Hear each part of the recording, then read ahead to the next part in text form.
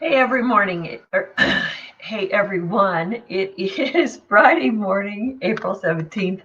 I'm Marla Copal, the Vitality Mentor. And welcome back. We've been having this project on resiliency now for 'I've probably been 30 days. And it's been interesting because it's making me remember some things that I've had to do in my lifetime to stay resilient, to stay flexible when sometimes you just want to throw the towel in. And I know that many of you are maybe getting to that point, but you have home-based businesses or you have businesses you're trying to work from home and you're trying to homeschool your children. So kudos to all of you. Years ago, I got to lead and coach and facilitate learning of the 7 habits from Stephen Covey. And there's one thing in there that he talks about, which is there's this word called gratitude. But sometimes it's like, well, how does that factor into resiliency and leadership? And we need to understand our blessings sometimes. So sometimes gratitude to me gets a whitewash because people say, are you doing your gratitude? I think counting your blessings feels more real to me. So in Covey's teachings, he suggested that everyone, when you sit down at night, you go around the dinner table and you say, what were the 3 good things that happened to me today? And it really puts you in a frame of mind of positivity. And it puts you in a frame of mind that if you even go to bed later, that you can make maybe a more peaceful night of sleep just because you counted your blessings. So wherever you're doing it, I want to encourage you to build your resiliency factor around blessings. How can you count your blessings? So I have an interesting story. When I was 15, I was blessed, and my parents actually funded a trip to France for me. I had been taking French in high school for 2 years, and we actually had some teachers who were willing to lead tours. And I got to spend 8 weeks in France. And actually, that's the only time I've ever been to Europe. And my mom got to go as a chaperone. Now, some of you might think, oh, that's horrible. But I actually was delighted because my mom grew up in rural Kansas and Colorado. And she just never, ever, ever imagined herself going places like that. I got a little moist here. And I watched her at the age of 15 have such a great moment. She saw things. My mom was one of these people. She could just express awe like you wouldn't believe. She would just go and just stand and sigh and appreciate. So walking through with her to the Louvre Museum was just fun. And most people don't appreciate their parents. And I didn't always appreciate my mother. But that one particular time, we had a great time. And there was there was a painting, and I'm going to share this today. If you don't want your children to listen to it, don't do it. But as we're walking through, they had these little alcoves, and you walk through these little alcoves, and here's an oil painting of, probably from the 17th or the 18th century. And there's 2 women in a loge in a balcony at an opera, and one of them, they're dressed really nicely, but one of them is reaching over and pinching the boob of the other woman. And of course, this is 1965. Let's put this in perspective, okay? So that was extremely risque to be seeing this, and of course, we're in France. So what filters Mom and I had were just our filters. But we laughed. We both had this great female laugh together. We were grown adult women enjoying this painting. And so Mom and I colluded, and we went over to a corner. We watched other people's reactions because usually everybody'd walk along, they're looking at paintings, and all of a sudden they do one of these. And so we had a great time, she and I, having this laughter. So in this time of we're all at home, we have to look at, uh, was that a moment of resiliency? My mom could have been very Methodist about her whole response and hustled me out of this area, but she allowed me to have whatever the growth was that I needed at that time.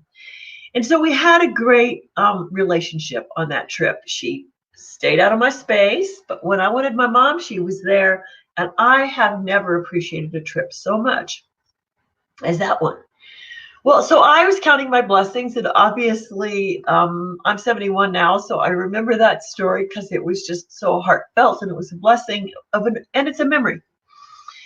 But I also remember on that trip where people were wishing for time to pass. There were young women on this trip who definitely had more financial status than I did and my mom did. And they were regretting the trip the whole time. They were miserable. They were homesick. Now, there can be homesickness, I'll agree, when we're missing those people we're familiar with. But they absolutely at no time understood their privilege, understood that where they were. And these were young women that had, it was not a first time for them. In fact, they'd probably been to Europe a couple of times. And so there was just this whatever attitude about it. And I just looked at that, and I looked at their wishing for time to pass, and I looked at their misery, and I said, I will never wish for time to pass. And I still feel blessed today that I never wish for something to be over. I never wish for it to be done. Now, I will be grateful when we get to walk out these doors and I get to hug some of my friends again, and that I get to see my son again. But blessings can be small. So if one of your children learned to cook a breakfast in this time, celebrate that.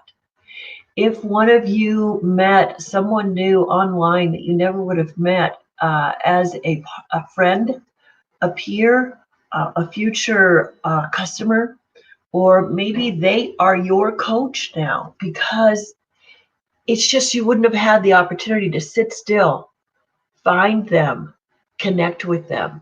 So many of us are still having some frustrations with being in place. But I'm actually celebrating that it's day 38, and I have plans. I don't know when they'll get to launch. So I have pending dates, June, July through September, that I've got plans to implement the marketing on those as soon as we know that doors will be open. And that feels comforting to me. So I'm blessing the fact that I can look ahead. I'm blessing the fact that there is an ahead. I'm blessing the fact that it's still a lot of unknown. But I kind of like adventure, as those of you who've met me know. And so I invite you to still find the adventure. So my adventure this week was as simple as creating a standing desk, moving my furniture around. Have I cleaned out the house enough yet so that I can go take my stuff to Goodwill? No, I have not. My adventures are doing the grocery store roulette, which is you put in an order and then you wait for your text on the day of pickup, and you see if you get to substitute or you don't have substitutes. And as soon as you find what you can't get, you put in another order because it might be there in 3 days. And so simple pleasures, simple blessings, enjoying the fact that everybody in my family is healthy, enjoying the fact that I have a business that can thrive in a time like this, and enjoying one more thing that is in my life. I have a leader, his name is Jay Dollywall, who has absolutely looked out for us through this whole process. So in December, he saw what was going on in the world and brought forward a product that is helping all of us rebuild, optimize our immune system. And he has put out specials for us, which is something he's never done, because that means he's basically taking a hit on the cost of his product. And he is helping us help 1 billion people reach their wellness potential. So I'm very, very excited to be associated with this company, and I count that blessing every day. I've counted that blessing for 28, 29 months now, and it continues with me. So I am so excited today to count one more blessing in my life, which is I actually have something that will help sustain me for the next 35 years with an optimized immune system. So I don't usually do pitches in these calls, but if you need that information, you're welcome to get a hold of me. And for those of you who text Marla to 64600, I will be showing that special today on my phone. And so you're welcome to download that. And that special runs from today, April 17th to April 27th. So in spite of what is going on right now, I, Marla Copal, encourage you to count your blessings. And if you've been doing that, wonderful. If you're not doing it out loud at the dinner table, I highly recommend that you do that. And if nothing else, instead of a meeting today on Zoom, maybe you just call in 5 or 6 people and you have a gratitude moment where everybody counts 3 blessings and then help everybody rise up today and have a better day, because there really is some good going on in the world. May you celebrate it. May you be blessed. Happy Friday. I will see you Monday at 8:30 for In Spite Of. And tomorrow morning I will have my resiliency on home-based businesses at 8:30 in the morning. See you all soon. Bye-bye.